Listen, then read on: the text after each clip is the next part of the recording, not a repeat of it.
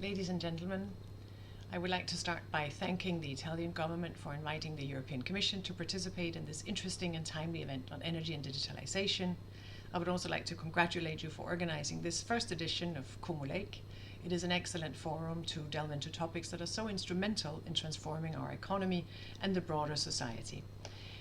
I would like to focus today on three main points: the green transition of our energy system, the digital transition that must support it, and then our global competitiveness as we lead this energy transition. Now, first on the green transition, we in the European Union have agreed that we should aim to be climate neutral by 2050. This is a key objective of the European Green Deal and necessary in order to address the climate crisis that you have seen so very visibly, including over this last summer in Italy. Now, achieving the energy transition and climate neutrality will really require profound transformation of our energy system. And what we've seen over the last year and a half is that the urgency of the European Green Deal, the urgency of the transition, is even more evident in the energy crisis that the Russian weaponization of energy and the Russian war into Ukraine have caused.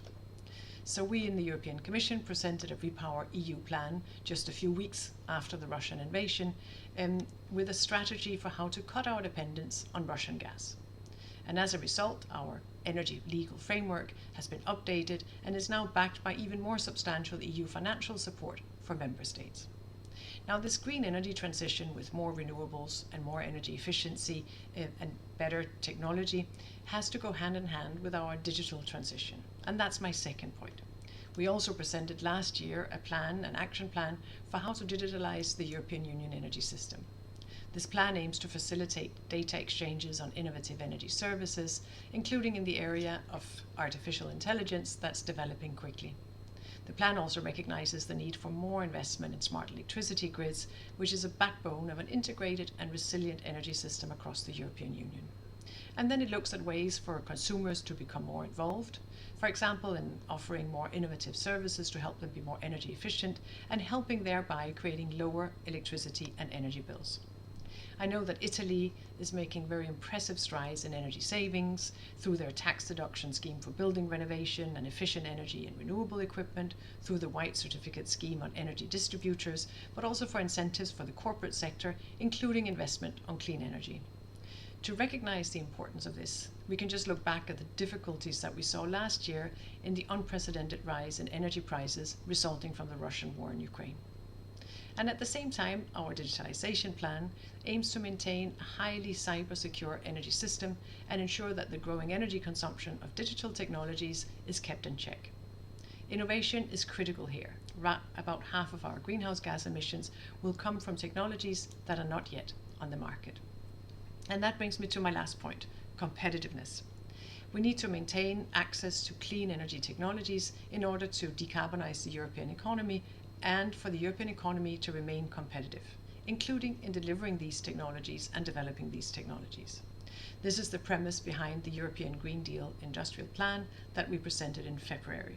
It includes a Net Zero Industry Act that favors a predictable and simplified regulatory environment to help scale up manufacturing of net zero technologies across the European Union. And in parallel, it helps secure faster access to funding, to the skills that are needed for the clean tech marketplace, and it sets out an ambitious trade policy. Italy has a very strong industrial base and is active in many grid and renewable technologies that are expected to benefit from these new legal instruments and from European financial support in that context. We saw that already last year when the Italian growth rate of installed renewables power rose to 5.3% compared to just 2.5% in 2021, so a doubling in that time. A good example is the Tango photovoltaic gigafactory in Catania that I had the joy to visit last year. This project, the photovoltaic manufacturing capacity, will become really at the cutting edge in the next generation of high-efficiency solar technology in Europe. I'm very proud that we from the European Union contributed more than €100 million through the Innovation Fund. And this is an excellent example of projects that are pivotal in bridging the gap between research and innovation and the market uptake and boosting European competitiveness and growth. So to conclude, ladies and gentlemen, we in the European Union and you in Italy remain at the forefront of the clean energy transition.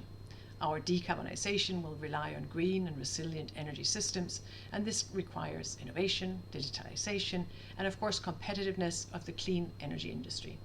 We're working very closely with all member states. We're working very closely with Italy to make sure that we stay the course towards our decarbonisation by the green and the digital transitions. So thank you very much for your attention, and I wish you a continued successful conference. Thank you.